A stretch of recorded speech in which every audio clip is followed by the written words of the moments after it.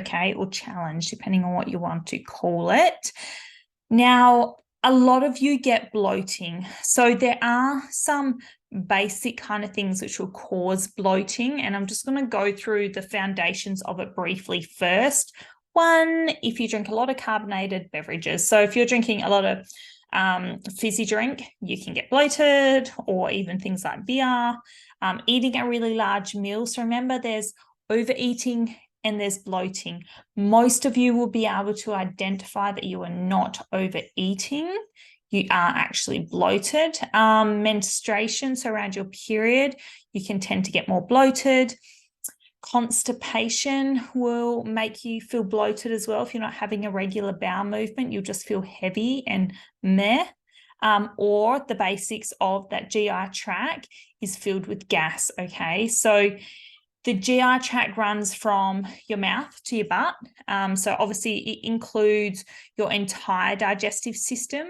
So when you're bloated, you feel as if you've eaten a big meal and there's no room in your stomach, okay? So your stomach feels full and tight. It can be uncomfortable and painful. This is different, obviously, than carrying extra weight, or, like I said, eating a really large meal and having that natural sense of I'm so full, I overate. That is different to bloating. So you can wake up bloated, you can not eat and you can be bloated, you could have a small meal and be bloated. So your stomach, obviously is just feeling that uncomfortableness. So I think most of you listening or watching will understand what bloating feels like, and then kind of can move forward from there, because you do want to identify that it is bloating first. It's not just I've overeaten. So one of the key reasons we get bloated is fermentation. So the gases in your intestines are produced by the gut bacteria digesting carbohydrates, okay? So this is what we call fermenting. If there's too much fermentation going on, it's because too many carbohydrates weren't absorbed earlier in the digestive process. So thinking about small intestine stuff before reaching all those gut bacteria in your large intestine. So obviously, if you ate too much, if you have a food intolerance, they're going to cause issues. But generally, I see it from this carb malabsorption, which is why in something like SIBO or a small bacterial overgrowth, those carbs, so if you're looking at high FODMAP foods, and say you've got the Monash University app open, you're looking at foods like your lactose, your fructose, that your oligosaccharides, your monosaccharides, these things that are hard for you to digest, so they ferment in your gut, okay? That fermentation is producing that gas. It's the same with the SIBO breath test. You drink that lactulose solution, you are getting that fermentation, you're getting that gas, okay? So when you breathe out in that SIBO breath test, we're reading what kind of gas is being produced. So the overgrowth of, these bad bacteria overwhelm the other bacteria that are meant to balance them out. Then we get bloating. The other thing that I just want to note quickly, hormones can cause bloating as well. So estrogen, often water retention. If you notice this around ovulation or your period, you'll notice that bloating. Sometimes, like I said, in that second half of the cycle, you'll get that. So after ovulation, and you just feel a bit meh or a bit constipated or a bit heavy.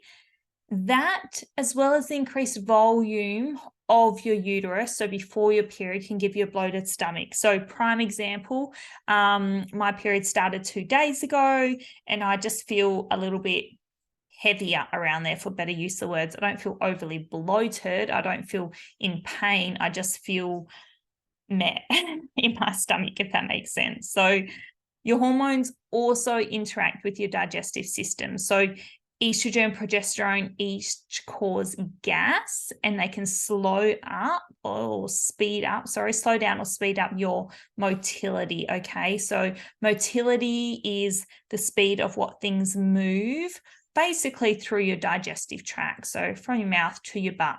If you've got really slow motility, it takes a long time for, let's say, the food you eat to go through your system, which is what we don't want, but we also don't want too fast motility, because then we end up with loose stools. So just remember, tracking is key here. Get on your period tracking apps. Watch the workshop from last week or the week before about period tracking, okay? It is in your Podia. It's been uploaded there under your period tracking stuff. It is also in our private Facebook group. Okay, the basics. Really quickly, avoid the foods that are known to cause gas, okay? So that is where our SIBO diet or a low FODMAP diet comes in short term to get that gas down, because if we don't have your detoxing pathways open, so if you're not pooping 1 to 3 times a day, we cannot clear bacterial overgrowth, excess hormones. So our first key is get things moving. Then your other really sort of basic things, your chewing gum, straws, too many soda waters or carbonated beverages, avoiding foods, drinks that have fructose or sorbitol, so those artificial sweeteners. Eat slowly, eat mindfully, eat enough fiber. If you are struggling to get enough fiber in, adding a bit of psyllium husk or PHGG. Avoid dairy products if you know they cause gas and bloating. Remember, this is not a root cause approach. These are just short term to get things moving and to get that bloating down. And if you smoke, please quit smoking. So the questions to ask yourself, and just think about these as I go through them. Do you need to burp or belch constantly? Do you pass gas after meals? Do you feel full or overfull immediately after eating? Do you suffer from bad breath? Have you lost the desire to consume meat?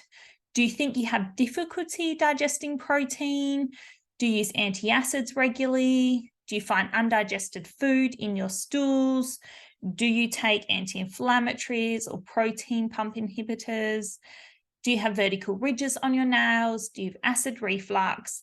Dilated blood vessels in cheeks and nose, acne, iron, B12 or zinc deficiency, parasites, undigested food in your stool?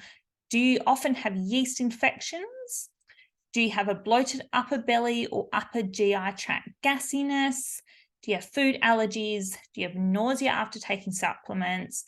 Do you get an itchy bum? Okay, any of these can link to low stomach acid or the reasons why you're struggling to digest food, because you're getting that bloating, you're getting that fullness, okay? And you are not absorbing nutrients. You're not absorbing the food that you're eating. You can eat a good food all day. If you're not absorbing it, it does not matter.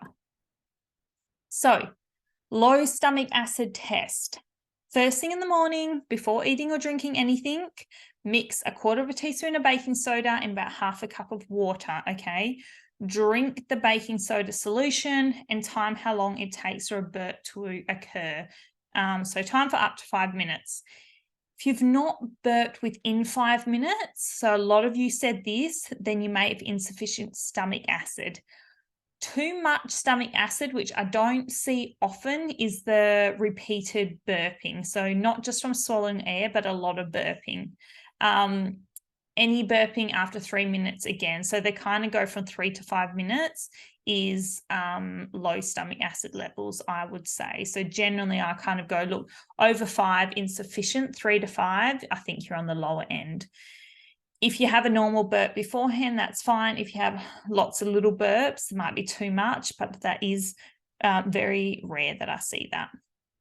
So that is one test. You do that test, and then we look at the apple cider vinegar test, because before we start supplementing for low stomach acid, we need to just assess a couple other things, okay? One, is there potential damage to the mucosa, which is why HCl and apple cider vinegar can cause pain, okay? So we do this by testing to see what form of stomach acid assistance is needed. So if there's pain when drinking apple cider vinegar, then we want to support the body's own production of HCl, so stomach acid, which is where your herbal things come in, like your gentian root or your aberigast. If there's no issues with histamine or apple cider vinegar, then we can use external things like HCl in tablet form, okay? So obviously we always want the body to eventually produce its own stomach acid, but this can take time depending on what's going on, stress, previous damage, nutrient deficiencies. So we just make sure we start with where you're at and move forward. So let's go to that. So this is how you do the apple cider vinegar test. 2 tablespoons of apple cider vinegar and observe your reaction, okay? So see how you go. If this causes gastric burning, aka if this burns all the way down into your stomach, generally we go, don't take HCl, just take a tablespoon of apple cider vinegar with each meal for 4 to 6 weeks while we work on that stomach lining, okay? And the factors as to why you have low stomach acid. So you can also take this, dilute this tablespoon in a bit of water and just take a small amount before meals, all right? We would also cross out H. pylori because that's a really important factor to consider. If you have no burning, then try 2 capsules of HCl with a meal, okay, and see how you go with that. If this causes burning, you're not ready for HCl, and then we'll take 2 tablespoons of apple cider vinegar with meals, okay? So your bottom line is 1 tablespoon diluted, otherwise 2 tablespoons, otherwise HCl, okay? The other thing before that, like if you've reacted to that, is your bitters. So bitters first, then apple cider vinegar, then HCl, all right? Hope that makes sense. So the other natural ways to support digestion is the ginger soaked in apple cider vinegar and lemon juice overnight. If you are really reacting to apple cider vinegar and it might be the histamines in them, then obviously that's a no-no. But ginger before meals or a good ginger powder with meals is really, really helpful as well. Your zinc-rich foods, okay, because often we need to reassess B12 and zinc and SIBO if you're having these stomach acid issues. So eating your zinc-rich foods like oysters, your hemp, your beef, your lamb, your clams are all really helpful. Chewing at meals, vagus nerve stimulation, so humming before meals, reducing stress, so heart rate below 70, eat outside where you can, reduce your protein intake slightly, no water with meals, ginger and turmeric and half a lemon juice shot can also be really, really helpful. Then when we're thinking about supplements, like I've just talked about, that pepsin HCl, the gentian root, peppermint, possibly B12, possibly digestive enzymes, depending as to what else is going on. And depending if you're taking a zinc or if your zinc is low, and that's why we get those blood tests done, then zinc carnosine can be super helpful as well. Your big ones you'll often find are the zinc carnosine and the pepsin HCl. And then from a herbal point of view, if you're not handling the HCl or the apple cider vinegar, a Berrigas, those digestive bitters, or in some cases, I get people to do both HCl and your digestive bitters because they work in different ways. Cool. So I hope that was helpful on that topic. We covered quite a lot of stuff there. Remember, you're in the root cause group. Go to the Facebook group and go into guides and work your way through that. Otherwise, jump to Podia and work your way through it there. And then either reach out for support or start to implement the apple cider vinegar or reach out to me for